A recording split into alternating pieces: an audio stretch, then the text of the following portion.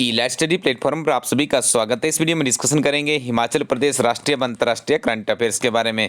Video की शुरुआत करने से पहले आपको बता दें, हमारी टीम आप लोगों के लिए लेकर आई है जीआईटी के 10 मॉक टेस्ट है। आजकल आप इसका एक स्पेशल ऑफर चल रहा है ई स्टडी टीम की तरफ से। इन मॉक टेस्ट को आप महज 199 रुपीज़ में प्राप्त कर सकते हो। इसकी एक्चुअल कॉस्ट 280 रुपीज़ है और इतने सस्ते और उत्कृष्ट मॉक टेस्ट आपको किसी भी प्लेटफॉर्म पर नहीं मिलेंगे। ये हार्ड कॉपी के फॉर्म में है। जैसे आप इनको ऑर्डर करेंगे तो ये आपके घर इंडियन पोस्टल सर्विसेज के माध्यम से पहुंच जाएंगे और इसके बाद इसके साथ में एक OMR शीट भी अटैच की गई, उसके साथ आप अच्छे से प्रैक्टिस कर सकते हैं। जरूर आप ट्राई कीजिएगा iLStudyCo.in वेबसाइट से। राष्ट्रीय तथा अंतर्राष्ट्रीय करंट अफेयर्स में पहला प्रश्न है, हाल ही में किस देश द्वारा 450 किलोमीटर तक लक्ष्य को भेदने में सक्षम सतह से सतह पर मार करने वाली मिसाइल का सफल परीक्षण किया? तो देखिए क्या किस देश के द्वारा किया है ये आपको यहाँ पे पहचानना है। तो आपको बता दें इसमें इसका मिसाइल का जो परीक्षण किया गया है पाकिस्तान के द्वारा किया गया है। भारत का कौन सा राज्य सुपारी की खेती में शीर्ष स्थान पर है? देखिए ये प्रश्न हमें अमर उजाला समाचार पत्र में मिला है। उनका एक हर रोज एक एनालिज निकाल के उनका डाटा को रिप्रेजेंट करता हुआ एक हमें कॉलम देखने को मिलता है। तो ये बहुत ही महत्वपूर्ण इन्फॉर्मेशन होती है और ये आपको बता दें कि fully up to dated information होती है। तो इस प्रश्न का सही उत्तर होगा ऑप्शन नंबर सी, कर्नाटका। आप याद रखिएगा, भारत में सबसे ज़्यादा सुपारी की जो खेती की जाती है वो कर्नाटका में की जाती है। दूसरे स्थान पर केरला है, तीसरे स्थान पर असम है, चौथे स्थान पर मेघालय है।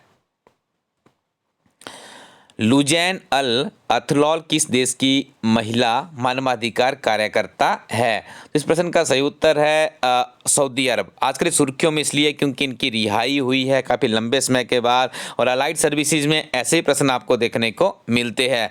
आजकल एक ऐप है जिसका नाम है कू ऐप, बहुत ही फेमस है, सुर्खियों में है। भारत सरकार भी काफ़ी ज़्यादा इस ऐप को प्रमोट कर रही है। तब आपको बताना है कि इस कू ऐप के फाउंडर कौन है। 4 ऑप्शंस आपके सामने हैं और आपको बता दें इस प्रश्न का जो सही उत्तर है right option is here option number D, यानी अप्रमेय राधाकृष्णन और मयंक शेखावत के द्वारा इसे बनाया गया है। ये प्रश्न आपके आने वाली परीक्षा के लिए बहुत ही महत्वपूर्ण है। ये हम इसलिए कह सकते हैं, जब आपने देखा सुर्खियों में फेसबुक रहता है, व्हाट्सएप रहता है, माइक्रोसॉफ्ट कंपनी रहती है, तो उसके जो CEO है या इससे संबंधित जो उसके फाउंडर है वहाँ से प्रश्न निश्चित तौर पर पूछा जाता है। तो वर्तमान समय में काफ़ी सुर्खियों में है कू एप्लीकेशन की। यदि बात करें तो आप याद रखिएगा जो इसके फाउंडर हैं इनके नाम आपको याद रखने हैं।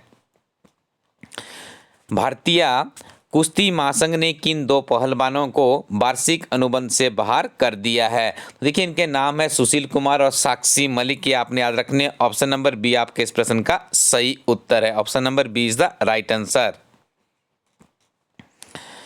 बेंगलुरु में राष्ट्रीय बागवानी मेला 2021 की थीम क्या थी? तो याद रखिएगा इसकी थीम है horticulture for startup and stand up India, यानी ऑप्शन नंबर डी इस प्रश्न का सही उत्तर है। भारत का पहला थंडरस्टॉर्म रिसर्च टेस्ट बेड कहाँ पर स्थापित होगा? देखिए आपको बताना है कि भारत का पहला थंडरस्टॉर्म रिसर्च टेस्ट बेड कहाँ पर स्थापित होगा। तो आपको बता दें इस प्रश्न का सही उत्तर है option number B, Odisha is the right answer. केंद्र सरकार ने किस राज्य में 5वें टाइगर रिजर्व के निर्माण के लिए अपनी मंजूरी दे दी है? देखिए ये मंजूरी दी गई है तमिलनाडु के लिए। ऑप्शन नंबर डी इस प्रश्न का सही उत्तर है। जल के बेहतर संचयन को लेकर जल शक्ति मंत्रालय ने देश के किस पहले एयरपोर्ट को राष्ट्रीय जल संरक्षण पुरस्कार से सम्मानित किया है? देखिए इस एयरपोर्ट का नाम है दिल्ली इंटरनेशनल एयरपोर्ट, यानी ऑप्शन नंबर सी इस प्रश्न का सही उत्तर है। हाल ही में किस केंद्र शासित प्रदेश द्वारा मुख्यमंत्री विज्ञान प्रतिभा परीक्षा के लिए कैबिनेट से मंजूरी मिली है? इस केंद्र शासित प्रदेश का नाम है दिल्ली, जहां पे आम आदमी पार्टी की सरकार है। अरविंद केजरीवाल यहां के मुख्यमंत्री है। झारखंड राज्य के नए DGP के रूप में किसे नियुक्त किया गया है? तो याद रखिएगा नीरज सिन्हा का नाम आपने याद रखना है। ऑप्शन नंबर सी सही उत्तर है। इन्हें नियुक्ति दी गई है झारखंड राज्य के नए DGP के पद पर। हिमा दास का संबंध किस राज्य से है? तो याद रखिएगा जो हिमा दास है इनका संबंध है असम राज्य से। सुर्खियों में क्यों है आपको ये भी बताएंगे। देखिए असम सरकार द्वारा कैबिनेट में एथलीट हिमा दास को पुलिस उपाधीक्षक बनाने का फैसला लिया गया, इस कारण से सुर्खियों में है। और ये प्रश्न पहले भी कई बार पूछा जा चुका है, आपकी परीक्षा के लिए भी बहुत ही महत्वपूर्ण है। Platform scale for a post pandemic world नामक पुस्तक के लेखक कौन है? देखिए, इस किताब को लिखा गया है संगीत पॉल चौधरी के द्वारा। Option number C right answer है। By many a happy accident recollection of a life नामक पुस्तक के लेखक कौन है? तो इस किताब को लिखा गया है, पूर्व में जो हमारे उपराष्ट्रपति भी रहे, 2 टेन्यूर्स तक इन्होंने उपराष्ट्रपति के पद पर काम किया है, एम हामिद अंसारी इनका नाम है। ऑप्शन नंबर डी इस प्रश्न का सही उत्तर है। आगे हम डिस्कशन करेंगे हिमाचल प्रदेश के बहुत ही महत्वपूर्ण करंट अफेयर्स के बारे में। पहला प्रश्न है, हिमाचल के मुख्यमंत्री जयराम ठाकुर द्वारा 12 फरवरी 2021 को कितने अभ्यर्थियों को युवा विज्ञान पुरस्कार से सम्मानित किया? तो देखिए 46 अभ्यर्थियों को सम्मानित किया गया। साथ में आपको याद रखना है, हिमाचल प्रदेश सरकार द्वारा वर्ष 2018 में विद्यार्थियों से विज्ञान विषय अपनाकर अनुसंधान के लिए प्रेरित करने के लिए युवा विज्ञान पुरस्कार योजना शुरू की थी। वर्ष 2018 में इस योजना के अंतर्गत 47 अभ्यर्थियों को सम्मानित किया गया। वर्ष 2019 में 30 तथा वर्ष 2020 में 46 विद्यार्थियों को इस योजना से सम्मानित किया गया है। आपकी परीक्षा के लिए ये प्रश्न बहुत ही महत्वपूर्ण है। यदि ये प्रश्न क्यों महत्वपूर्ण है ये जानना है तो कुछ ही दिनों बाद हमारी किताब आ रही है ओल्ड क्वेश्चन पेपर की, जिसमें सम्मिलित किया गया है एचएस अलाइड और एंटी सर्विसेज और भी बहुत सी महत्वपूर्ण परीक्षाओं के प्रश्न पत्र वहाँ पे सम्मिलित किए गए। उस किताब को यदि आप एक बार पढ़ेंगे तो आपको ये सारे के सारे प्रश्न समझाने शुरू हो जाएंगे। वर्ष 2021-22 से वार्षिक योजना के स्थान पर हिमाचल प्रदेश के किस नवीनतम प्रणाली को शुरू करने का निर्णय लिया गया है? तो इसका नाम है वार्षिक विकास बजट प्रणाली। ऑप्शन नंबर बी सही उत्तर है। तो अब देखिए हमारे इस प्रदेश में चलेगा वार्षिक विकास बजट प्रणाली। साथ में याद रखिएगा वर्ष 2021-22 के राज्य विकास बजट के लिए 9405.41 करोड़ का प्रावधान रखा गया है। ठीक है, किस श्रेणी के लिए कितना है ये फैक्ट भी आपको याद रखने होंगे। अलाइड सर्विसेज में डायरेक्ट ऐसे प्रश्न पूछने की परंपरा हमें देखने को मिलती है। सामान्य विकास कार्यक्रम के लिए 6096.70 करोड़ रुपए का प्रावधान है, जो कि करीब 64.82% है। ठीक है जी। नेक्स्ट है यहाँ पे अनुसूचित जाति विकास कार्यक्रम के लिए 2369 2369.22 है, 25.19% बनता है। अनुसूचित जनजाति विकास कार्यक्रम के लिए 844.49 करीब 9% है। पिछड़े क्षेत्र विकास कार्यक्रम के लिए 93 करोड़ यानी 0.99% सारा ये अमाउंट है। तो यहाँ पे फैक्ट भी याद रखिएगा यदि आपने मुख्य परीक्षा में अपनी अपीयरेंस देनी है। हिमाचल प्रदेश की सबसे युवा जिला परिषद अध्यक्षा कौन बनी है?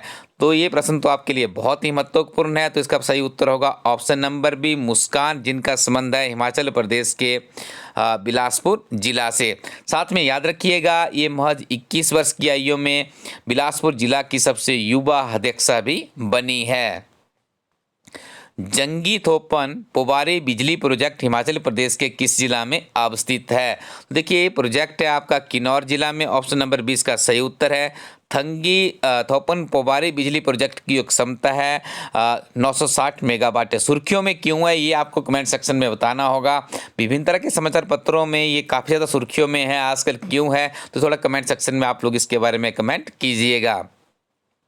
हिमाचल प्रदेश के किस संगीतकार एवं गायक को निष्पादन कला सम्मान 2017 के लिए चुना गया है? तो इनका नाम है एस.टी. कश्यप। इन्हें सम्मान से सम्मानित किया जाएगा। ऑप्शन नंबर 20 प्रश्न का सही उत्तर है।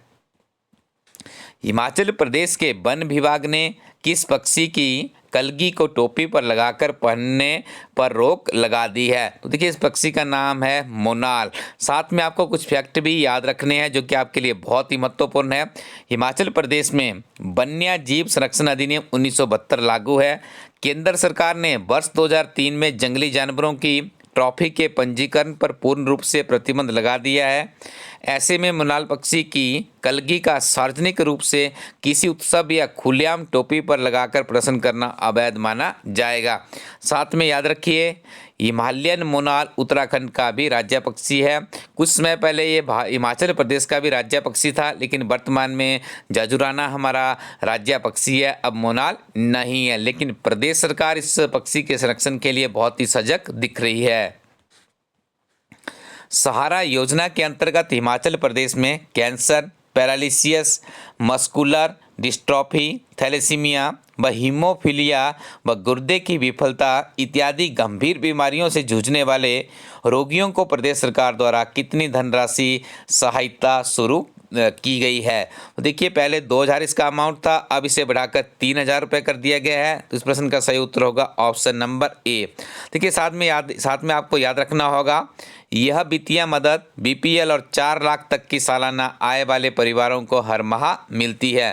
स्टूडेंट्स, आपको एक वेबसाइट बता दें, ये वेबसाइट आपके लिए बहुत ही महत्वपूर्ण है, iLStudyCo.in।